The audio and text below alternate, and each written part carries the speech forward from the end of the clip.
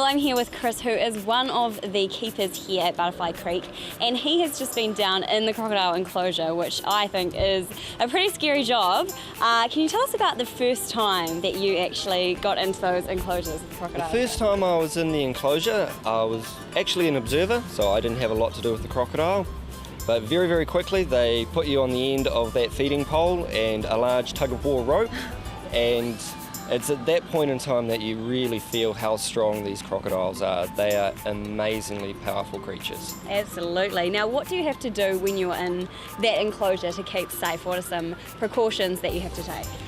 Well, the first thing you have to learn is body language of crocodiles. There are certain positions that he'll get into when he's ready to launch.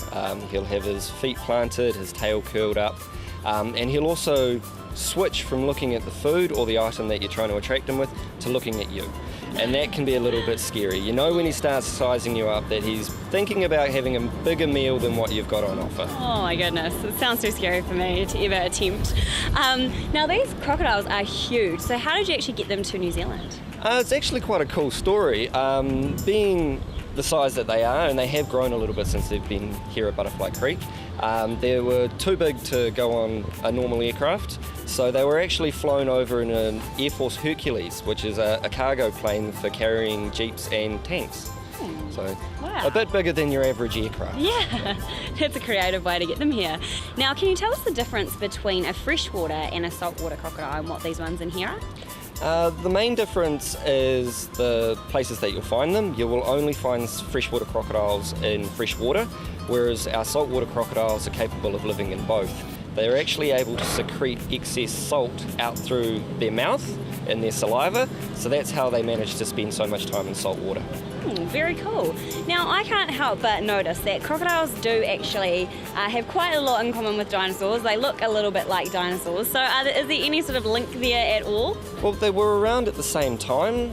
Some people think that crocodiles were actually around before the dinosaurs. They're very, very ancient species. They were a lot bigger back then. They've shrunk down a bit now because their prey's not quite as big as it was. But they're both reptiles, they're both cold-blooded, but they're not of the same family. They were just around at the same time. Oh, very cool. Well, that's something I didn't know, maybe something you didn't know as well. So thank you very much, Chris, for sharing with us all about the crocodiles here at Butterfly Creek. Make sure that you do come down and check them out yourself.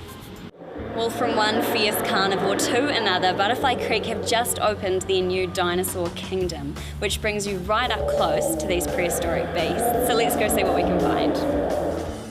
So John, what can you tell us about the new Dinosaur Kingdom here at Butterfly Creek? Well, we opened it about 2 weeks ago. We've had fantastic sort of feedback. Kids love it. Some kids run out crying and slowly ease their way in because they're life size, they make a lot of noise, but they're a lot of fun, and kids and the parents, they all seem to have a great time coming here.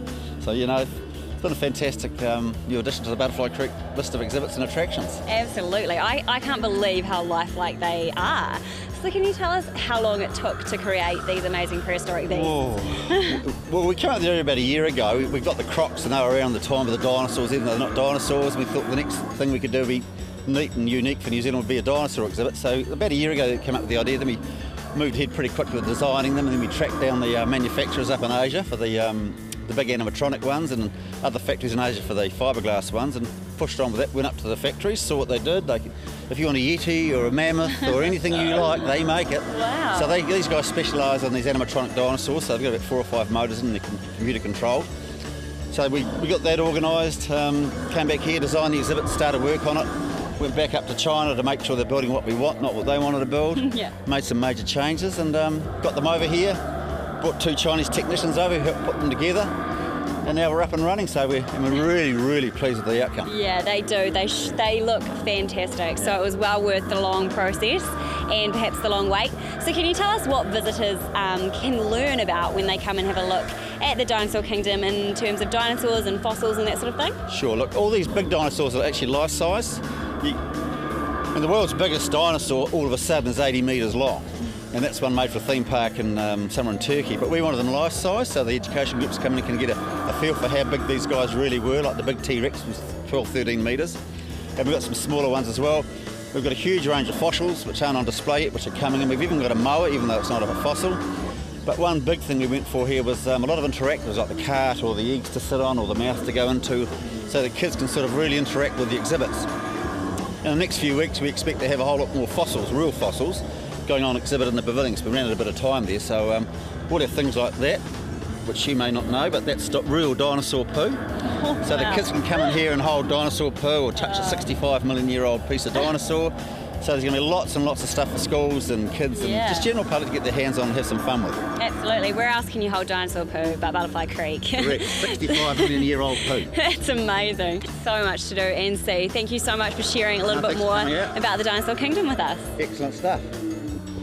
Well, what an awesome experience it has been here at Butterfly Creek today, getting up close to those animatronic dinosaurs. That's right, it's been pretty cool, but I am so glad that they're not real because it's given us a really good picture of what they would be like in real life. So scary and so huge. massive, especially the T-Rex, eh? Yeah. But thanks again to Butterfly Creek for having us. Make sure you visit soon and check out the dinosaurs for yourself.